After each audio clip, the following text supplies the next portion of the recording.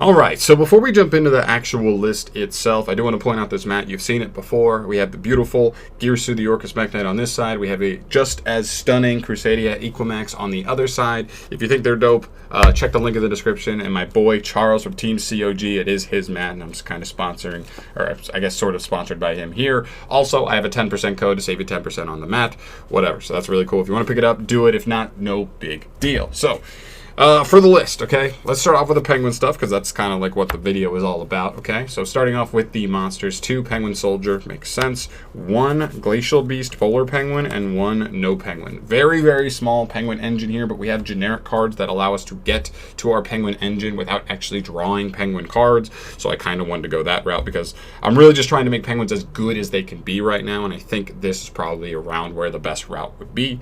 So yeah, 2 penguin soldier, 1 polar penguin, 1 no penguin. If you don't know what they do, penguin soldier, when it's flipped, can actually bounce up to 2 monsters your opponent controls, or actually just any 2 monsters. So he can bounce himself, any of your other monsters, whatever, bounce a normal summon again, weird stuff like that, but that's pretty cool. Glacial Beast Polar Penguin has 2 different effects. When it's special summoned, you can bounce a monster from your opponent's field to their hand, and if he's destroyed by battle or card effect, you can bounce any card they control back to the hand. So he's just kind of like a card that just allows you to remove some cards from your opponent's field. And then No Penguin is a really cool card. If it's in the graveyard and a penguin effect is activated, he'll special summon himself immediately.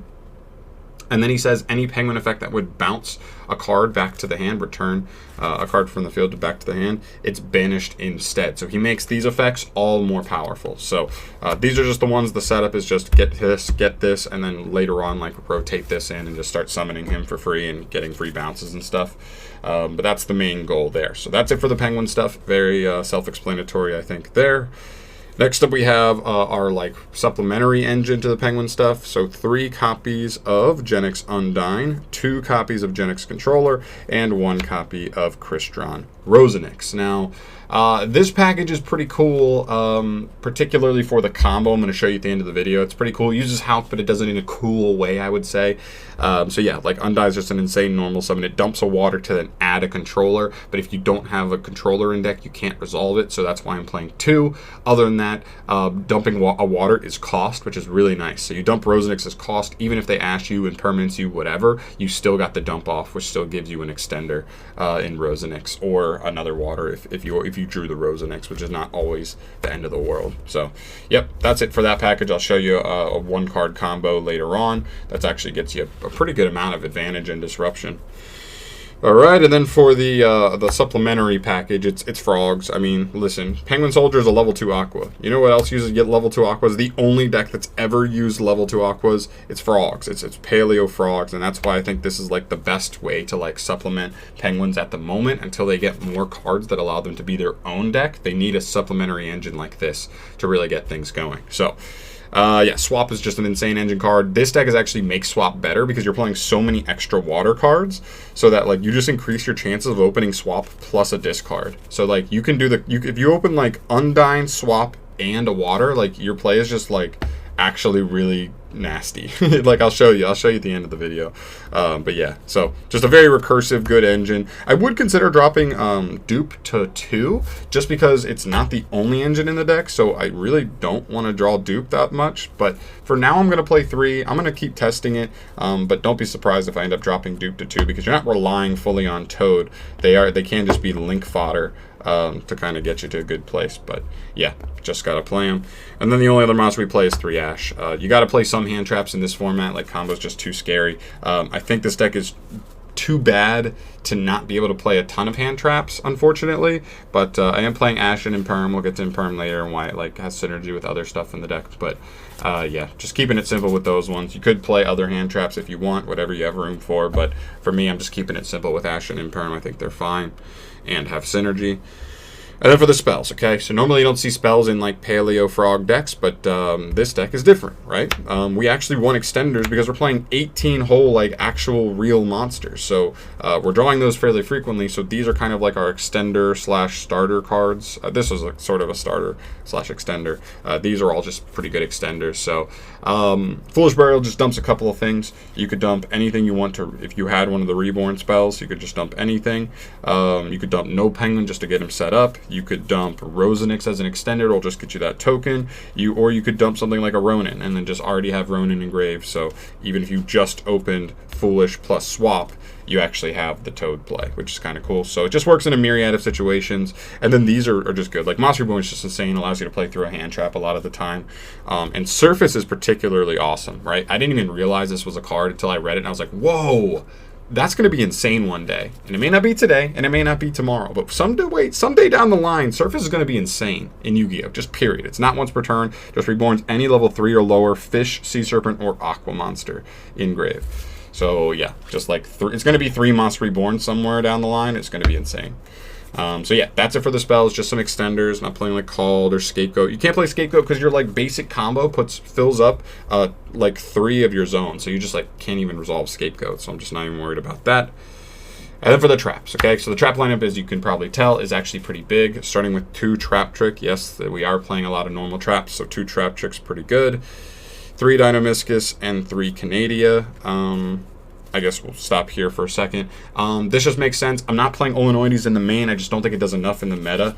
But I would potentially side it. It does give us that like spell and trap removal while also being an extender. Coming back, like potentially allowing us to make Toad later on. But I think for the most part, you can just play these, and these are pretty good. Like I like Canadia because it also has the synergy of like being able to flip your Penguin Soldier back face down, which is actually pretty good. So you get some extra protection there, which is pretty cool. And yeah, just good cards generally. And then for the rest of the normal traps in the deck, I play 3 copies of what's supposed to be Ice Dragon's Prison. Hopefully I'll be getting these soon. They're just kind of expensive and I haven't been able to pick them up yet. But Ice Dragon's Prison is just an insane. If you play like a Trap Trick deck, you should probably just be playing Ice Dragon's Prison. It's just an insane card right now. And then 3 Imperm. This plus Ash allows you to hopefully have a chance versus like certain combo decks. If they draw a weaker hand, one of these can hopefully save you, or maybe you draw 2. But yeah, it also has synergy with like the Paleozoics. Like in a grindier game, this can just trigger to get one of your Paleozoics back. And then obviously Ice Dragon's just so strong. It's honestly the strongest trap in your deck, which is crazy. So that is it for the main. 40 cards in the main, not messing around here. We have some bricks, so I don't want to draw them and you know, whatever. Unfortunately, that can't really take advantage of many draw cards because like you can't use Extravagance because you do care a lot about the extra deck. You can't use Desires because we have stuff like Genex, Controller, and Crystron Rosenix. So like you have some one-ofs you don't want to banish, and Ronin Totem as well.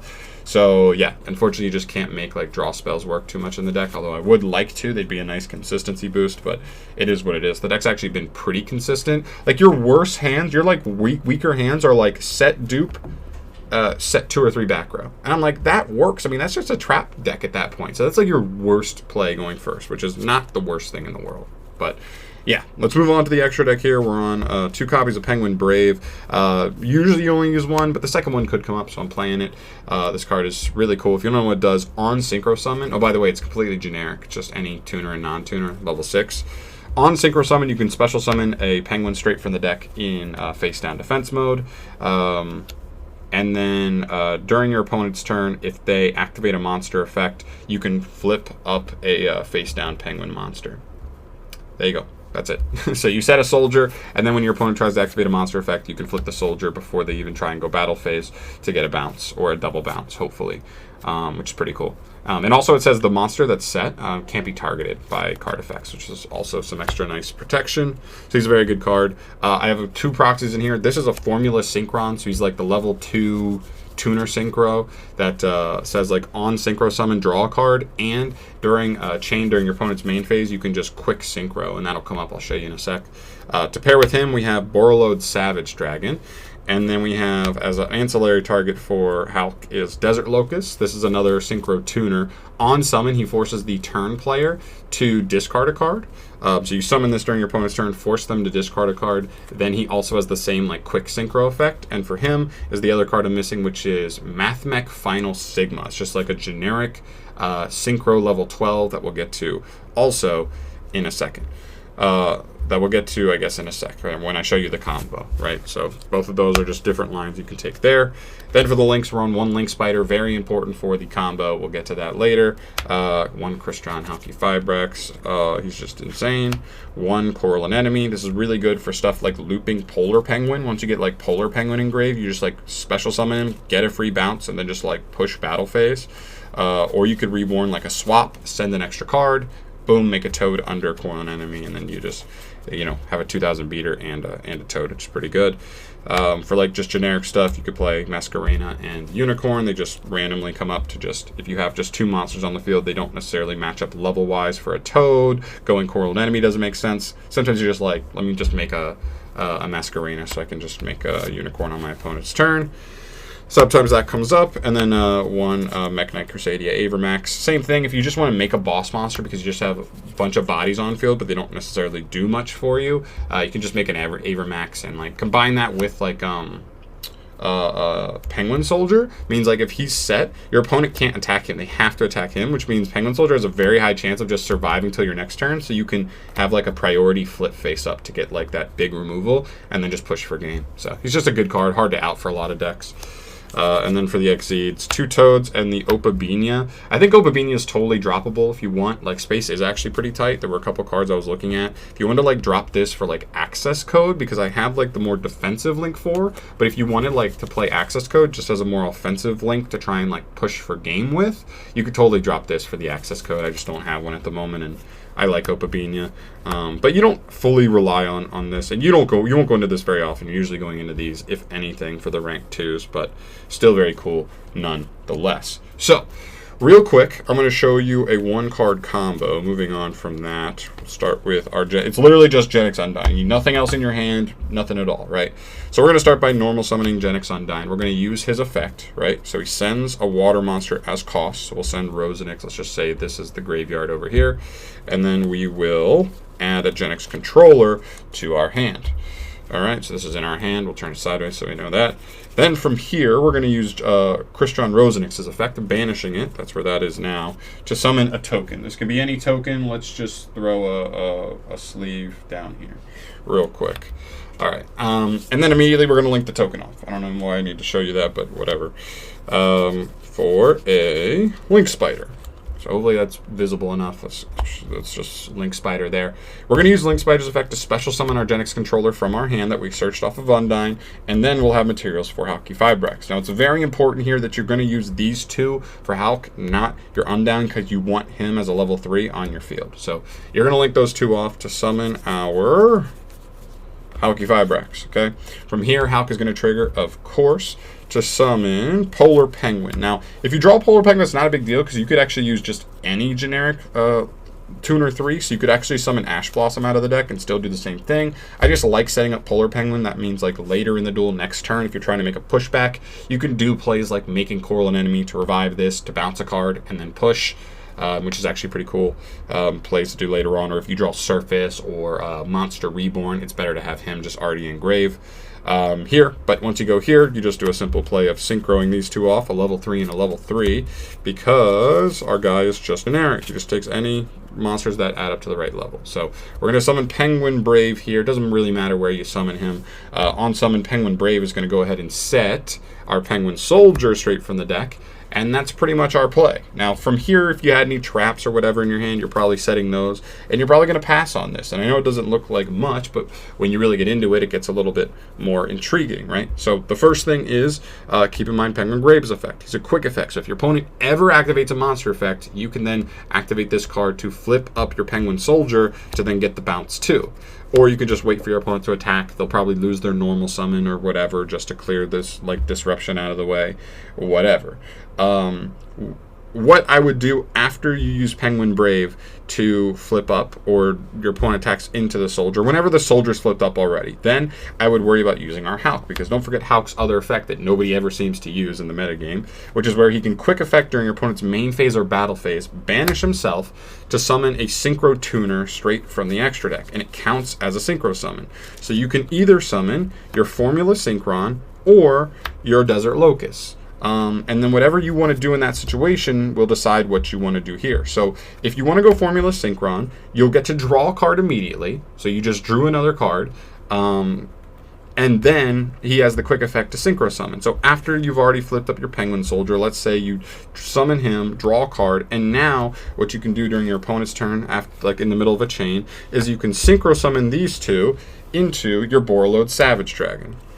Then so Savage Dragon will equip the Link Spider. Unfortunately, you don't have Halcyon Grave, so you won't get 2 negates out of it, but you will get 1, and that's a lot of times what's going to get you there, because then he's just a 3k beater, and you'll probably just beat in for a ton of damage next turn.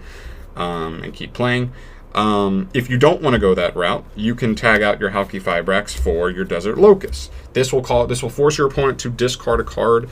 They get to choose, which is kind of unfortunate, so they will either discard the worst card in their hand or something that actually gives them value in the grave if they have it. So just be careful with that. So I like holding this as long as possible. Let them use their cards a lot. Like maybe use a Twin Twisters, discard the bad card in their hand anyway. Now you can use this, and all the rest of their hand is good cards, the cards they don't want to get rid of, right? That's a better situation to use this. And then he can quick synchro with our guy to go into, well, the other card, unfortunately it's a proxy right now, is our Mathmech Final Sigma. If you don't know what he is, he's essentially just a 3,000 towers. He's unaffected by all card effects, 3,000 attack, and he deals double damage. So he allows you to just kind of like beat in for a ton of damage next turn, and just be really hard to out. Your opponent has to have something like a kaiju, or they have to summon something big enough to like beat over him in the battle phase. Those are really their only 2 answers to a card like this in the game. So yeah, those are the 2 plays. It's pretty cool. I mean, really, when you think about it, it's 1 card and it gets you a Penguin Soldier flip on your opponent's turn.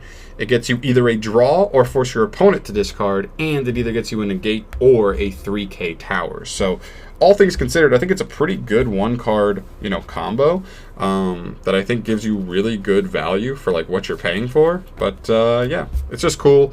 Unfortunately, like Undyne's not searchable or anything, so you just kind of have to hard draw him, and it is what it is. But still a cool play nonetheless, and I think it's one of the best things you want to focus on if you're trying to build Penguins to be the best they can at the moment. But yeah, that's pretty much it for the deck profile here. Before we go, I do just want to mention, like, I've talked about this card in the past and how this card is like really dope. I love the artwork. It just has 5 different cool Penguin guys. You have like the warrior, the ninja, the like kung fu, whatever, like martial arts guy. You have the bishop, and you have like the magician. If Konami wanted, just do it. I don't care if you do it in the next deck build pack. I don't care if you give them like a Penguin structure deck. Like, just make these 5 cards like main deck monsters, or maybe make another like extra deck boss monster for the deck. But like, make Penguins real. Really go in and like expand this, because this could be like the next Frogs. Like, it's a cute archetype. If they actually had cards that synergize better with the cards they have now, I wouldn't be forced to be playing like essentially like bad Paleozoic Frogs, which is kind of what we're playing right now. Unfortunately, but it's still a cool deck nonetheless. It does cool things. It has a higher ceiling, I would say, than like regular Paleo Frogs, but I do think Paleo Frogs are just better in general, because you do brick on Genex controllers, and sometimes you just draw like this and just have to set it and set 2 back row and pass, and that's not good at all.